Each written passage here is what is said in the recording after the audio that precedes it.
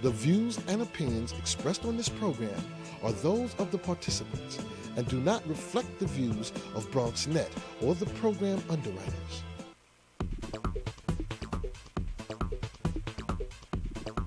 BronxNet. Your voice, your views, your vision.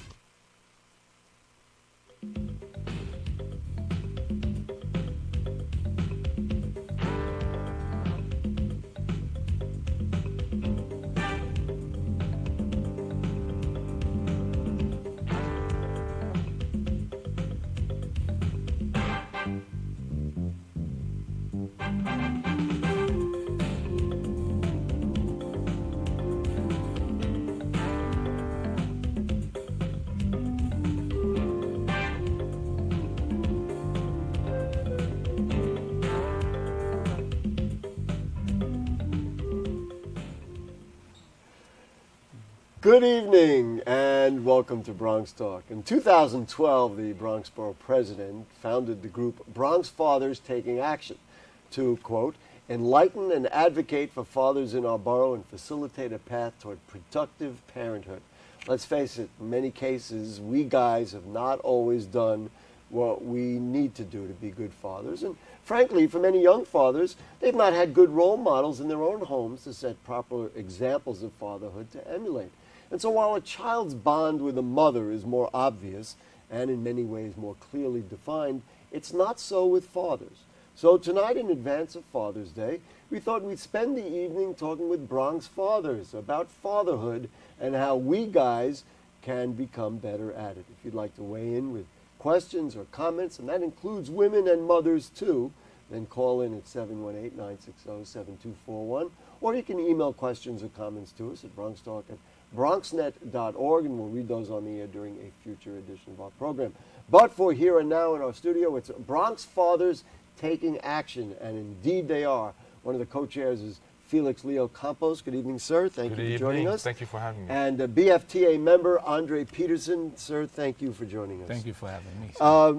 Leo, let's get down to earth. First of all, I'm going to tell you I'm a Bronx father. My children are grown. I have a 31-year-old son, a 25-year-old daughter, beautiful kids, and I know that I personally worked as hard as I could to be a good father. Tell me about you and your children and grandchildren, and then we'll get into. But we want to lay who we are right on the table. And grandchildren. I'm a father of five, 3 boys, 2 girls.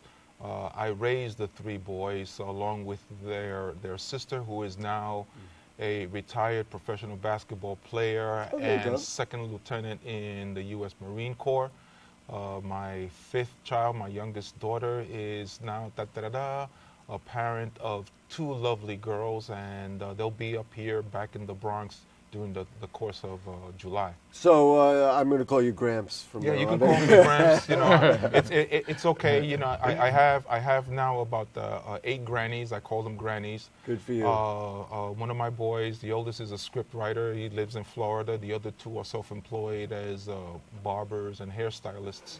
And, if we started talking about our kids and grandkids, that's all we would do. That's all we would do. But that's the beauty of fatherhood. That's correct. And Andre, for you, your kids? I'm a father of 2 lovely young ladies, Zoe and Atira. 10-year-old it's 180 in the Bronx, Co-op City. I joked with you before the show, they're 10 going on 26. Yes, sir. Yes, sir. So anyway, let's talk about this. What are the issues that led the borough president to bring you folks on and become Bronx Fathers Taking Action? Well, as you can imagine, there are a lot of issues. Not just the question that fathers aren't doing their part in being parents. It's a question of also what fathers have to face in wanting to be parents. The obstacles, the blocks that inhibit, that prohibit, that alienate men as fathers from being involved in the lives of their children. So the Bronx Borough President in 2012, when he held this rotunda gathering, heard a lot of this. So he said, let's see if we can find solutions. Get a task force together. Get a task force. And I'm thankful for the title of Bronx Fathers Taking Action, because all the other fatherhood programs all talk about responsible fatherhood. They don't speak to the privilege of being a parent, let alone a father, or even rights of fathers. So, what I talked about was that girls and mothers, there's a certain instinctual thing, and we've talked about this all the time, is that the mother gives birth to the baby, but the baby is handed to the father, so there's almost a symbolic difference in the relationship. Yes. So a father has to begin to understand what that is, because he doesn't have that natural parenthood. You want to talk about that? It's a bond that you have when you first take the child from the mother and hold them, because that's a bond that, as fathers, we should take that as an initiative to go forth with what God has instilled in us to hold that child. Mm-hmm. Well, why is it that fathers, and we'll use Bronx fathers as our example, why is it that they need a little bit more than just having a natural understanding of that? What is that alienation from immediately adopting it or even feeling a little bit uncomfortable? Well, the responsibility that we have as fathers to go forth to take care of our children as a guardian, to look over them, to guide them in the right direction that they should be going in. What I said at the top of the show is that too many of our youngsters grow up in a home with just a mom, and there is no father. So they didn't grow up, and thankfully I had a wonderful father and have somebody as a role model. So what are we trying to do now to kind of fill that gap, to educate them, so that especially young fathers, I'm very concerned about that, so that they understand there is a responsibility, but there's a beautiful relationship that you can cultivate. Explain how this works. Well, I think you alluded to, and so did Andre alluded to earlier, in that the relationship with fathers is much different from that with their mothers, women, because of the physical attachment, of what gender role is in procreation. Men don't bear children, so that already puts them in a class second behind that of women, and they only become a parent not because they wish to be parents, but because a woman wishes to be parent, therefore she gives birth, and then that associates men to so they birth. may not actually, even in their own minds, make a commitment in that way, and it has to be learned and developed. One of the things that that the goals of BFTAC, if you will, is resources. So let's say, okay, so now I'm watching the show, I'm a Bronx guy, and I see what the gentlemen are saying there, but I don't know what to do. Nobody's ever taught me. I've never seen the role model. What resources are out there for young people? Well, there are, in New York City, the government has resources of its own. NYC Dads is one of them. And then there are other self-initiated support groups like Real Dads Network, among others. And there are government-supported groups at different family care centers and community centers of the such. What if, and maybe Mr. Peterson, you can address this, what if a youngster, and I'm talking a young father in our borough, they could be as young as still in their late teens, and they could even be in the early 20s, and he says, I'm not really a belonger. I don't feel comfortable walking. It's like I feel a little self-conscious about it. There's a lot of peer pressure that maybe, not support that. What can they do? Are there people they talk to? I know you guys have monthly meetings. Talk to me about that. Yeah, what they could do is look for a mentor. Look for somebody that can mentor them, or come to one of our meetings, and we'll find somewhere where they can go, or where they can get the help that they need, to somebody to sit down and talk to them and get them to understand what a real father is. How do we make it hip to be a good father? You know what I mean? There's things that young men, and I'm talking frankly to my brothers in the Bronx, and when we grow up, we see the ball players on TV, we see the singers and the rap stars and all the things that we like, and we emulate that. That doesn't always speak to fatherhood. So how do we break that stereotype and say, you know what? It's cool to be a good dad, Well, you address the privilege of being a father, the privilege of being a parent. You cease to focus on the responsibilities and the absences and the faults and the needs assessment, if you will, or the deficiencies, and you begin to focus on the strength. You begin to focus on what there is present rather than what's absent.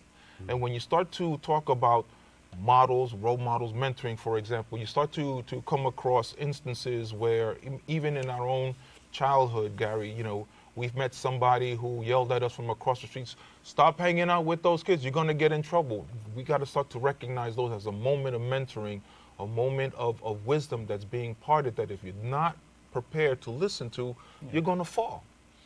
And maybe even worse, you can take care of yourself in some ways, but those kids. Those kids will. They're bringing this up, and I mentioned the idea of a professional athlete. Something actually happened today at the White House. I don't know if you guys were aware.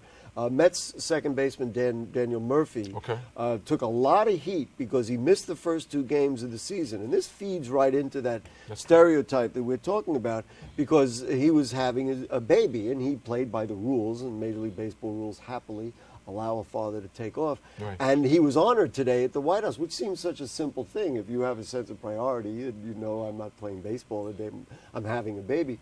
And he said, basically, I've got his words right here. He said, what happened was my son could one day ask me what happened on the day I was born. He said, well, I could tell him that Steven Strasburg hung a curveball and I smacked it into right field. Or I can say I was there and I helped your mom deliver the baby. Yeah. And after I'm a professional baseball player, I'm still going to be a father, and I would rather have the latter on my resume. He got a lot of flack for that. He did. And I frankly was embarrassed for men for thinking in that way. I was shocked. But listen, and nobody's a bigger Met fan than me. But I was shocked. We're in the Bronx. Oh, yeah. Believe me, I know. But you know what I'm saying. No, absolutely. And I remember the incident because he did get a lot of flack. As a matter of fact, what was that, Mike and Boomer and Mike were critics criticized him heavily for rather being in a hospital rather than being on the field where thousands of people are expecting him to play ball. But he chose to be in the hospital. I was at the hospital, fortunately, to see my youngest daughter born, and it was a great thrill. They chased me out because I had the face mask upside down. I don't know why, but I know why, because your mind was all over the place. That's a beautiful thing. That's where fathers need to take a step at, in family first.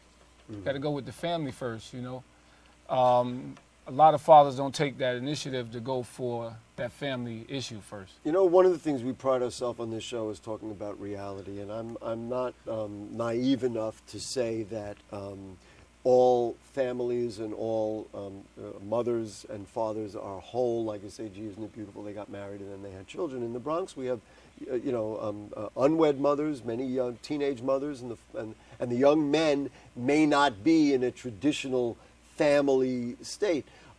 What message? I don't know which of you guys want to address that, but there are different types of fatherhood nowadays, and just because that's your situation, that doesn't mean you can run away, right? Right. Well, there are different forms of father. So I'll let Andre begin, and I'll finish that off. Okay. So what are your thoughts on that? Different form of fathers. I guess the ones that have to stay home and look over their kids that don't have a job, take that responsibility that the mothers at work and the fathers take the kids to school, things like that, I think. Go ahead, Felix. Yeah, and a father isn't necessarily someone who's biologically attached. I raised 3 boys. Yeah, you mentioned that. That was interesting. All right, they weren't mine. These were kids that saw me coming back from a football game and said, hey, those are real football shoes, and that's how that relationship started, and it blossomed into a relationship with their mother. I mentioned earlier that it could be your barber, it could be the grandfather or the elderly man who is in the neighborhood just looking out for kids. Stop breaking those windows. Don't hang out with those boys because you're going to be the one paying. Those are all different forms of fatherhood and mentoring that are overlooked. You folks are working in schools. So Yes. Talk to me about the initiatives in schools. I mean, how does that work? Yeah, what we're trying to do, establish, and we got about 5 schools we're looking at now, and establish mentoring and teach fathers that's coming into those schools to work with the other kids in the school and to build a program with the kids in the school. We have the 5 schools that we have. One is basically Clinton we're looking at as one of the major schools to work with. Well, I'll tell you two things about that. One is that's my alma mater, and two is when I went to DeWitt Clinton, it was all potential fathers because it was all guys in there. And how is that being received in the school? Pretty good so far. Yeah. We're just trying to get the fathers to be more. And then in September, we have Fathers Taking Kids Back to School program. It's going to be taking place pretty And soon. how does that work? That sounds Well, exciting. well, what you do is you bring your kids to school, and some schools have fathers stay back and discuss father issues, have different speakers come in. Wow, that's great. To the different And so, schools. and that will be coordinated by you folks, or with Yeah, they the will be DOE? coordinated. We're ambassadors between organizations and groups and mentoring services that are available, and the schools that want to have these kinds of services for their adult parent fathers population. So what we do is that we pair these groups. Last year, thanks to Andre, he led an introductory workshop with the group, the mentoring group. Mentoring partnership Okay. of Greater New York. Go ahead, explain it. And another thing I just wanted to mention was when we met, and we'll talk about the Monroe College event, which was an interesting one. But go ahead. Well, the mentoring partnership came in and taught us on how we could help train other men to be mentors and use how you can mentor and be a mentee. So when they came in, they took about 5 or 6 of us and showed us how to do it. Mr. Beckwith of the partner, and then we had some other mentors come in at our conference and speak on it. Mr. Sean Dove came in and spoke on mentoring. This goes back to the original premise that we talked about, and that is that, we all know there are help groups and all kinds of groups for moms and how to be a mother and when you have your child and all that. But there's very little that engages the young men so that they can learn to be good Or even fathers. the old men. Even the old men. You know what? Speaking of, we'll talk about ages also. In many cases, again, talking the real thing, there is estrangement, and the family, the mother and father, or the man and wife can separate, and then the father steps out or is not sure what his role is, and frankly, fathers have rights in here too. You just won't find what those rights are written on paper. Right. Now, you're told that you have rights, but when you ask what your rights are, there's nothing that anybody can give you in your hand that say father's rights, so that you can educate yourself and learn what your rights are, and then use it to defend yourself. A lot of information, a lot of services are scattered, they're incomplete, they're fragmented, and they're not centralized.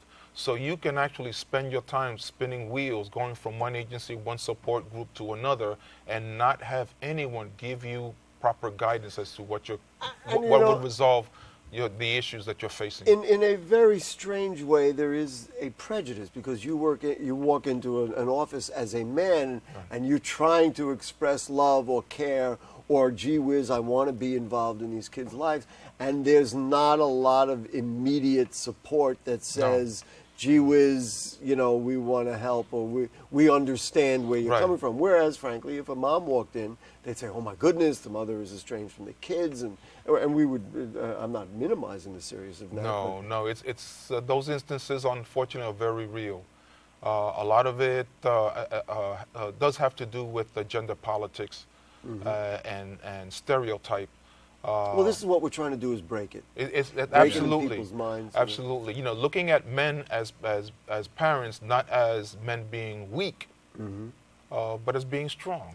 Just like a woman in the workplace is empowering to women, men at the home should be looked upon as being equally empowered. Andre looked like he wanted to say something about that's that. like when a father walk in the school system with their kids. Absolutely. They're only looking up as the mother, but when they see a father, the whole thing changes completely when they see the father and the mother walk in the school system together instead of just a mother walking in by themselves. There are The a lot of- teachers changes, Go ahead. and the whole momentum in the school changes when they see a father come in there with the parent. When children are enrolled in schools, they have what's called the blue card, which is like something like an emergency card that lists the child's name, the parents, the men, the fathers are in many instances omitted Really? from those cards, so that if as a father you walk in and you want to pick up your child, you're not permitted because you don't show, your name isn't on that list. Oh, not only that, but there are also... who puts that name there? Does that come from the child fills it out, or? No, that's the custodial parent in most cases, Wow. in which in separations and divorce, in 85% is going to be the women. Wow. So even when a father, doing parent-teacher night, a father walks in with the mother to talk to the teacher, reports come back to us that the men are ignored, Wow. and the teacher talks to the women, My to the mothers. goodness. Right, and that is really an overwhelming stereotype that plays out. We do have Ronald from Co-op City. So, hey, Ron, how are you? Doing great, Gary. How are you? We're doing fine. Talking about Bronx guys. I like that. Yeah, you got? well, Gary, I happen to be one of the co-chairs. Sorry I couldn't join you guys today. Real proud of my brother sitting there.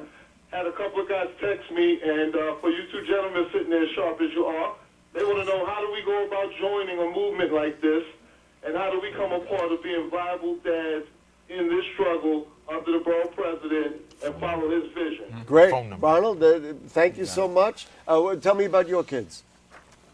Do we have Ronald? Well, I have two, and I'm not there now because my youngest is a national softball player. We were down in South Jersey this weekend, and I'm just getting a little bit too tucked out to make the run. Yeah, but that's where you should be, right? That's where you should Yeah, be. well, you know what? Together with Murphy. The college showcases and the whole 9 yards. Wouldn't trade it for the world. This is round 2 for me. Already got 1 through. Great. Valedictorian of college, national That's softball All-American. So I'm real proud. Great. As those brothers are right there. I've had the fortunate pleasure of being a part of Mr. Peterson's kids because I'm parent coordinator at PS 153. There you go.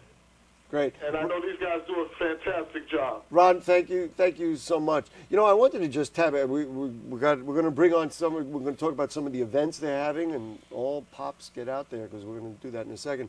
But I just wanted to tap into your experience as a police officer and seeing Traffic enforcement agent. traffic enforcement agent. Yes, okay, right. work on the streets. But tell me a little bit about what you see out in the streets. Well, with in the kids out neighborhood where I work on 3, 6, and 2.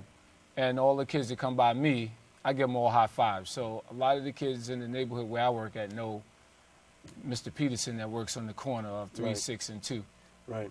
So let's do the informational thing, and then we're going to bring on, I think that's Mike Sassano to talk about one event, and then you guys have an event That's we're going to talk correct. about. So what info that Ron was looking for? Like, how can people Bronx contact? Fathers Taking Action meets at the Bronx Borough President's office every second Thursday of the month at 5:30. It's open to the public. For more information, folks can call, and let me look down. We've got it on the screen there. so Okay, you don't it's have to worry about it. 718-590-3515. That's 3515. Or just show up. Or just show up. 5:30, and the next one is June 12th. June 12th. That's it's correct. coming up. That's coming correct. up, And we'll this be in week. room 206. Right. Hey, somebody else coming from a different angle is Mike Sassano from the La Sorsa Auto Group. Hi, Mike. How are you? Good, Gary. How are you? We're doing great. So you've got a thing for Dad's Night Out, and I want to encourage fathers to let's get out there. Tell me about what you got going on.